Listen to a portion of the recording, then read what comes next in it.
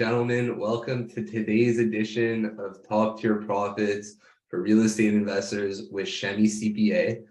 My name is Matthew Lippman. I'm the Senior Manager here at Shemie CPA, where we deliver premium accounting services to real estate investors to help drive profits and growth. As always, we have our founding partner, Charles Shemie, that is here to discuss with me today. Good afternoon, Charles. Hey Matthew, how are you doing today? I'm doing great, thank you. And for today's topic of discussion, I thought we would take a couple steps back, get to the basics of things. But as we know, the basics are some of the most important things.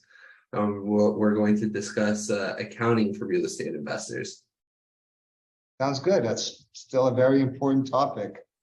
Absolutely. So, some people don't really understand what accounting is, what the difference between bookkeeping and accounting may be. So what is accounting? Or does it reference a specific set of rules? Yes, absolutely. So bookkeeping is very important also, so that the bookkeeper will provide us with basically a summary of all the transactions for the year. And then we put it together in a financial statement form that could be used for all kinds of purposes, including filing tax returns and for presenting it to the banks and other reasons like that. So it has to be done in a proper way, whereas the bookkeeper just provides us with their numbers from their computer, basically. Cool. So is there a specific set of rules that accountants that we have to follow that go into these financial statements? So yes. So basically, we call it generally accepted accounting principles. So there's a set of rules that are laid out by the order of CPAs, which we follow, those are uniform rules that all accountants will use, so that when the banks or investors or whoever reads it, they will read it in a way where it's consistent with other financial statements. Absolutely, very cool. Is there a difference between the accounting rules in every country, or is it the same rules across the different countries? Oh, well, there's definitely different rules that have to be followed, but generally accepted accounting principles, the financial statement presentation, are pretty much the same. For the most part, there's a few different differences, but in general, they're pretty much uniform throughout the world, throughout the developed world. Let's put it this way. Okay, cool. So when you talk about financial statements, what are the different financial statements? Okay, so that's a great question. So there's the basic financial statements, which we call a notice to reader, which basically we tell the reader of those financial statements in our report that these statements are not audited, and we really haven't reviewed the numbers for its accuracy. And so those are the basic ones, which is usually filed with when we file with the tax department. So those financial statements are used if you don't have a mortgage, and if you don't have any other types of loans, if you don't have any other partners as in a limited partnership. So those are really the basic financial statements. Then the next one comes is what we call a review engagement, which basically we tell the reader that they're not audited, but we've done a thorough review of it, and we feel comfortable with the numbers, but we're not going to certify the numbers in any way. So it's basically a review, and that's a good middle point where most institutions would accept that type of financial statement, such as the banks.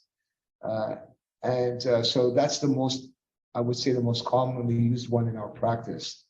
Then we have the full audited financial statement.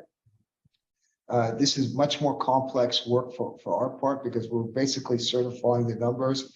We'll audit, we'll look at invoices, we'll look at everything to do with it, and then we can give our, for lack of a better word, our certification on these financial statements. And then at that point, we are responsible for those numbers. So if the numbers were wrong and the investors or other people who are looking at it are basically are led to down a wrong way. And so that way we would be responsible. So it's a big responsibility on our part. And therefore we have to make sure we do a thorough work on that. And that can be quite expensive. Mhm. So unless you have investors such as a limited partnership, or if the bank would require it, we don't usually do that. And it's basically reserved for larger companies. Interesting. Is there, so like from a real estate investor's point of view, obviously like there's different levels of investment between notice to reader, review engagement, and audited financials. So from a real estate investors, I mean, have you seen any clients progress through these three levels, and at what level is it best to start considering getting the higher level of certification for specifically for real estate investors? Yeah, so specific for real estate investors, generally real estate investors, most real estate investments come with a mortgage, and the banks would really require the middle report, which is the review engagement. They would feel comfortable with that. There's the few that don't have any mortgages, and they will or they don't have any other partners. They will opt for the basic financial statements because that's what they need to file their income tax returns. Then when we get to when you have many partners, and I think these partners, since they're generally silent partners or limited partners, they're not involved in the operations. It's good to give them an audited statement because they would really feel really comfortable with those types of statements because the numbers are verified, and I think they would feel more comfortable with that. So we will go with that type of statement. Interesting. What about from a financing point of view? Does the bank offer better rates for when you can offer them financial statements that have been reviewed or that have been audited? In my experience, the rates are the rates. It depends on how good of a customer you are and how many loans you have with them and the amount of the loans. But the type of report doesn't really affect what your interest rates are going to be. Okay, interesting. So you have your financial statements. I guess that incorporates your income statement and your balance sheet. Is a cash flow statement also a part of the regular set of financial statements given by your accountant? The basic notice to reader doesn't include a cash flow statement, but the review engagements and the audit there will be definitely more more pages, and a lot of them will have the cash flow statements. We'll also have a full set of notes explaining all the numbers. And so, for example, if you have a mortgage on the review engagement or the audited statement, there will be a note on the mortgage, and it will tell you, when the mortgage is due and what the monthly payments are. So it's much more detailed. We'll talk about another interesting topic for real estate investors next time on the show.